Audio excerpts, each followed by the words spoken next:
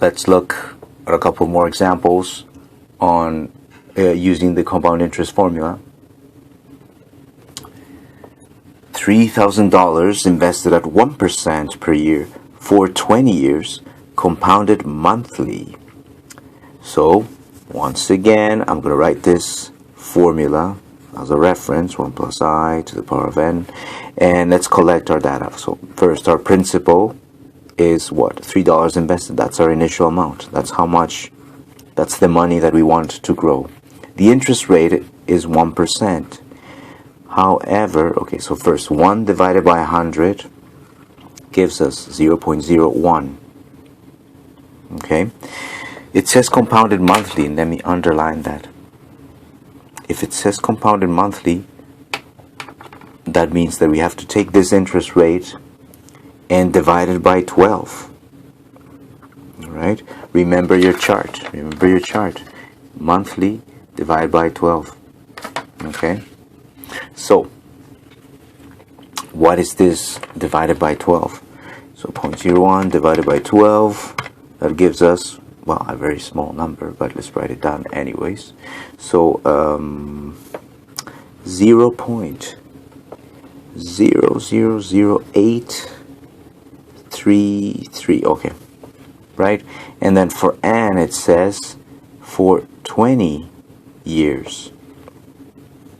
So 20 years, and of course we have, it says monthly. For n we're going to have to multiply by 12, right? So multiply by 12, that's going to give us 240 for the value of n. So we use this, and we use this. So now all we have to do is calculate this. A equals, so the final amount equals to $3,000 times 1 plus 0.000833, and all of this to the power of 240, right? It's a very small number to the power of something huge. So let's see what happens here. $3,000 times 1. We add those two numbers inside to the power of 240, and then of course I'm going to use the calculator. 1.000833 to the power of 240. That gives us okay, 3,000 times 1.2212.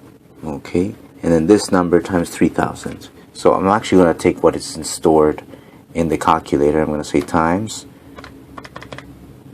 3,000, and that becomes 3,663 with 61 cents.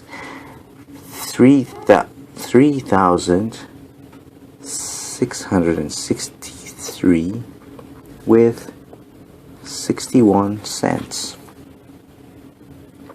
Okay, so that is our future value, compounded monthly, for an investment of $3,000. Okay, let's take a look at one more example. And as I said before, you can always pause the video, try it yourselves. It will be good exercise. So, $4,000 invested at 5% per year for 6 years again, compounded quarterly. Once again, compounded quarterly means that we're going to do what? It means that for I, we're going to have to divide by 4, and for n, we're going to have to multiply by 4. Okay? So, once again, as a reference, actually, I'm going to write it down here. Just feel like we need more space for this. Okay? And let's collect our data. P is equal to 4,500. I is equal to 5%, but when we divide by 100, that becomes 0.05, and this is going to be divided by 4. So what is this equal when we divide 0.05 by 4? 0.05 divided by 4, that gives us 0.0125. Okay, 0.0125, and n is equal to 6 years. We're going to have to multiply that by 4, and that becomes 24. 6 times 4 is 24. We're going to use this number, and this number. Okay, so let's apply the formula and see what we get as our future value. 4,500 times 1 plus 0.0125 to the power of 24, right? That's our n value, that's our I value now. And let's see what happens here. Well, when we add those two, we get that 1.0125 to the power of 24. Now, what is that going to be equal to? And I'm actually going to do it all in one shot in the calculator, and maybe you can make sure you learn how to do that too, but make sure you do it safely. If not, do it by parts. I don't mind.